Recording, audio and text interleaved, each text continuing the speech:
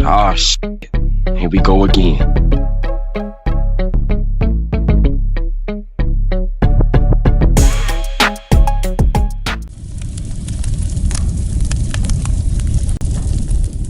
It's about the boy known as Tweety. Let's get into it. So, from south side of Houston, Texas, you know, did a little time in the Texas system, right? And when I mean a little time, I mean a little time. I wasn't in there long, but it don't take a lot of time to get a lot of stories, right? Something's always going on in there. Stories about Tweety, right? Tweety, I never called him Tweety. I called him by his real name. I'm not going to say his real name, right? It rhymes with Bobbert, but I'm not going to say his real name. So Bobbert, he got brought into the unit, right? On the day when we got new inmates. And whenever a boy that's obviously a boy, proud of being a boy, flamboyant like a boy comes in, it was like seeing Michael Jackson in concert in the 80s. I'm talking about just pandemonium, right? So Bobbert is not a big guy, right?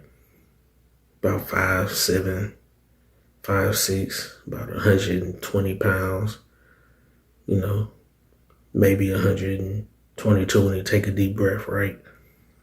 So he comes in the pod, right?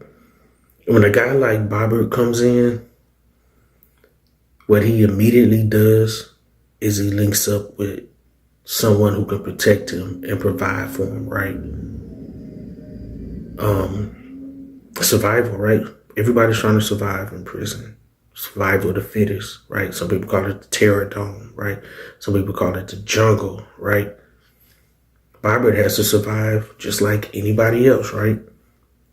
So, of course, the courting start. He comes in, everybody's, you know, putting on their best, they prison's best, right? Bringing them the finest ramen, the finest Mountain Dew, right? All that trying to impress the boy, right? And Bobbert is not mild-mannered. He's the definition of attention seeking, right? Gotta have all the attention, gotta be over the top, right? And remember, he's small, so I'm not saying that he couldn't fight or anything, but there's some gorillas, and I'm not being facetious. There's some dudes that look like straight up gorillas, just almost walking on all fours, like in prison. Big gorilla dudes, right? All they do is work out and just all day, right? So he needs protection, right? So, of course, two main suitors emerge, right? In the Tweety sweepstakes. Two main suitors emerge, right? I'm not going to say their names, right? I want to say their names, but I'm not.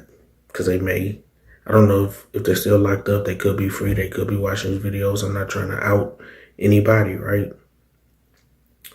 But they emerge as the main suitors for Tweety, right? Bobbert. All I can say is, you know, one name rhymes with Schmigel, and the other one rhymes with Schmoze. All right. So Schmigel and Schmoze, they're fighting over Tweety, right? It gets physical, like an actual physical fight. It's like Gladiator, right? Fight to the death behind a boy. So Schmigel wins, right? The fight. And by winning the fight, it means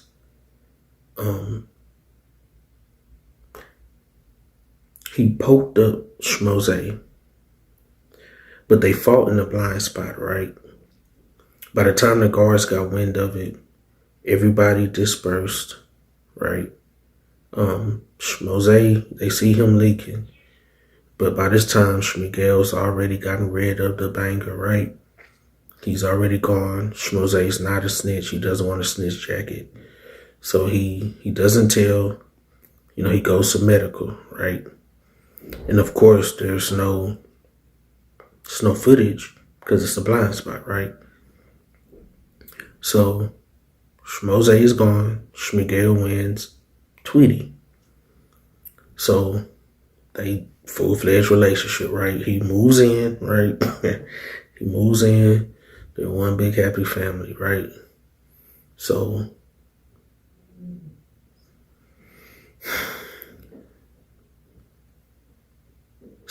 what happens is Schmiguel begins to start taking advantage of Bobber, right? If everything short of flat out pimping him out. So the main thing he would make Bobber do is on weekends, right? Weekends he would make Bobber put on a show. So he knew the personality Bobber was, right? He knew that he was flamboyant, he needed attention. So what he would do is him and Bobber were in a cell together, right? So when they close the doors, what you could do is you could put something in the door to jam it so it don't close all the way. So later on when they're done with count and, they're in a patrol booth and overnight and people not worried about nothing, right? The guards, aren't worried about nothing. Schmiguel would make Bobber come out and go down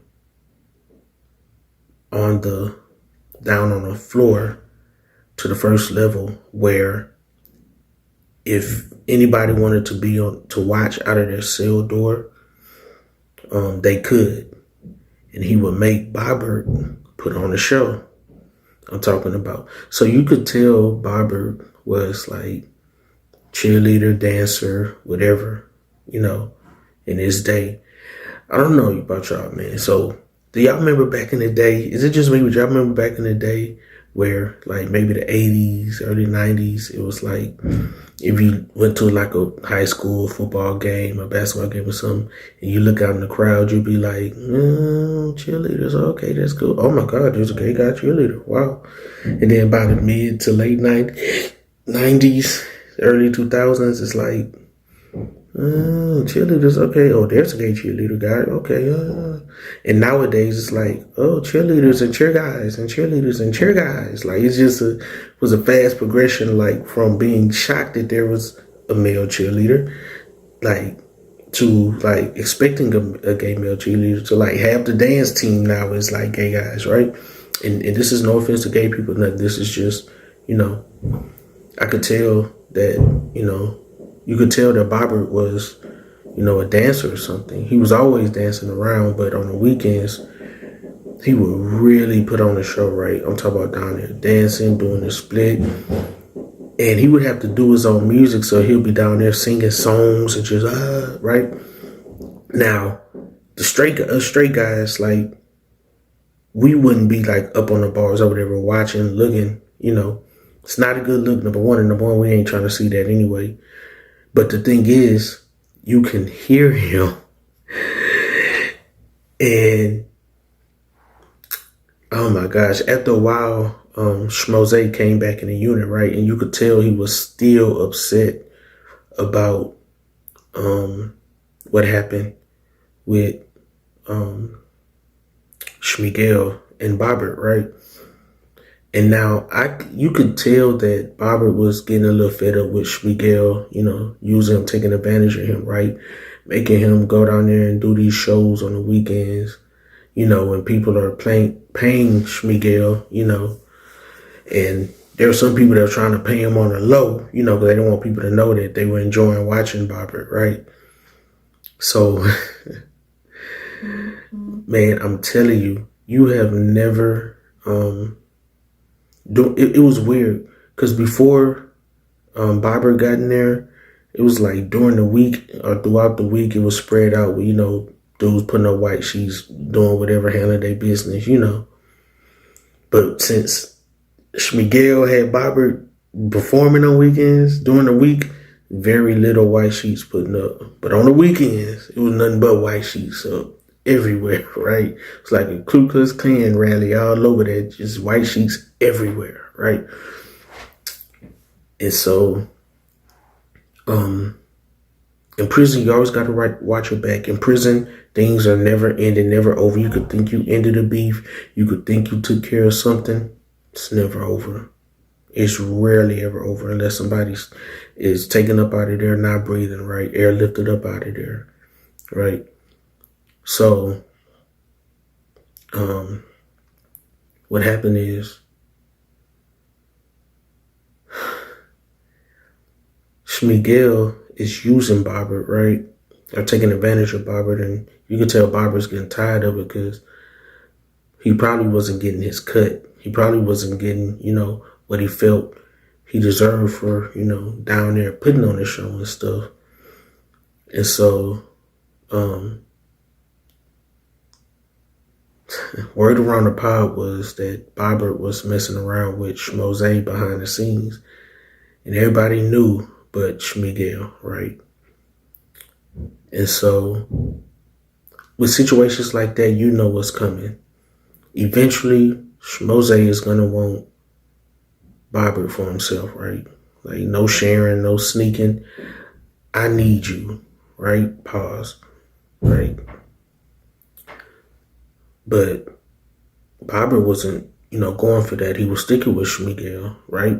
Schmigel had proven he could protect him. He may not be getting everything he feel he want, you know, commissary, money-wise, whatever. But Schmigel was protecting him, right? He knew he could. He had already beat up, you know, Schmose, right? So, I'll never forget the night that it all happened. It was a weekend night, right? It was a Friday night. Friday night, no lights, right?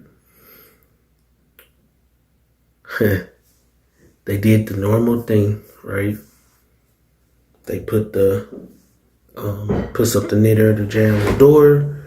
When the guard did all they could do, Bobbert went down there, right? It's showtime. Now,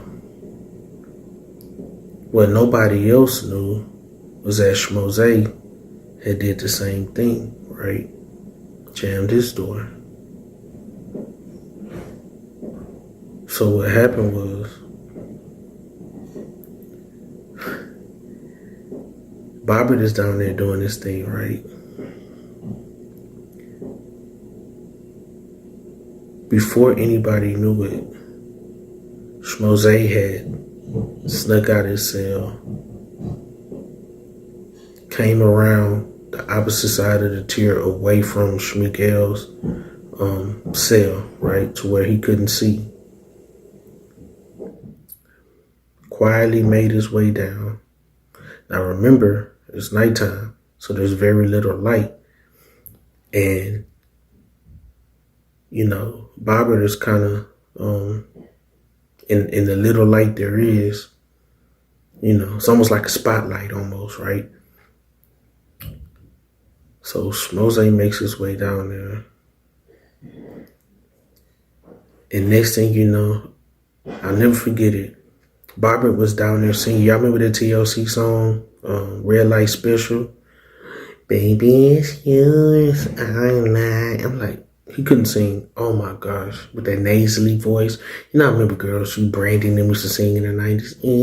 The boy is mine, right? So he's singing, and next thing you know, all you hear is, ah! And everybody's like, what was that? Jose has attacked Bobby, right? Next thing you know, it was like, you remember those movies where, like an animal kills another animal or something like that, and they kind of drag it off into the shadows? That's all you saw, right? Was Bobby being dragged off into the shadows. And after that, all you hear is a noise, a sound that you never want to hear from two men, right? Schmoze was not playing at all. Oh, God. I'll never forget that sound, man. It haunts me. The noise of a man, even though he's a boy, being taken by force by another man and being violated, right? For the whole pod to hear. I mean, you talk about a calculated attack. It was crazy, right? The guard is not there, The guard's trying to, get away. Not have to do as little paperwork as possible, right? At this point, Schmigel is like, "What are you doing? Stop. Hey, who is that? What's going on? Stop. But the thing is, he can't come out the cell, right? Because it's possible he could lock the cell. Next thing you know, you're in trouble, right? Schmoze doesn't even care. He knows he's in trouble, right? Crazy. By the time Schmoze was done, he slithered back, right, to his cell, went in, not act like nothing happened, because everybody's going to find out it was him. You can't hide in prison. You can't. But he left Barbara there. Barbara was found the next morning a mess. Cold call, lockdown, right?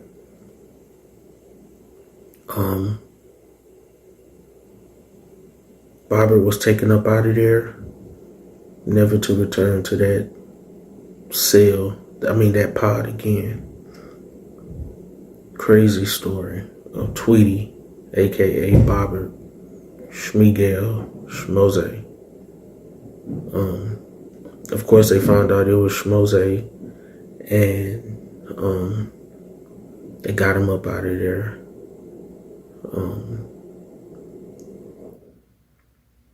How can I put this? For whatever reason, after a long time in the hole, Schmoze was brought back in there. Schmigel hadn't forgot. His boy was gone now, right? Schmigel got Schmoze up out of there, if you know what I mean. Upper room, right? Face on the t-shirt, all that. So all this behind the boy, right? It's crazy. You don't want to go to prison. It's not a good place.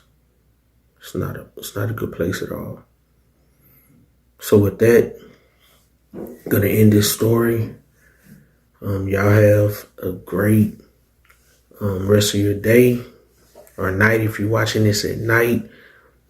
Make sure you like, subscribe, share the video, get the message out. Prison is not a place that you want to be, right? It's not cool. It's not a badge of honor. There's nothing good about it. Stay out of there, or somebody's gonna get in there. There's a possibility somebody can get in there, and you know what I mean. So with that, love y'all. Y'all loving each other. Remember, we gotta stick together. If we don't look out for each other, who's gonna look out for us? We can't rely on nobody but ourselves, all right? And God, of course, we can rely on him, but we have to do our part too. check this out, y'all. I need for y'all to go check out my homegirl TikTok channel. She posts every day about stories about black people going missing. She doing God's work, y'all. Go check her out. I'm going to have the link to her channel pinned at the top of this comment section.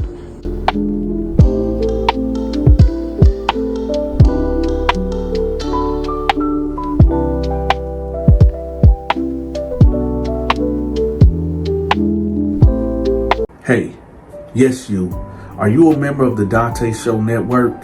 If not, I got you. I will have the link to my members only videos pinned at the top of the comment section. You'll get access to my exclusive videos, which is my skits and my movies.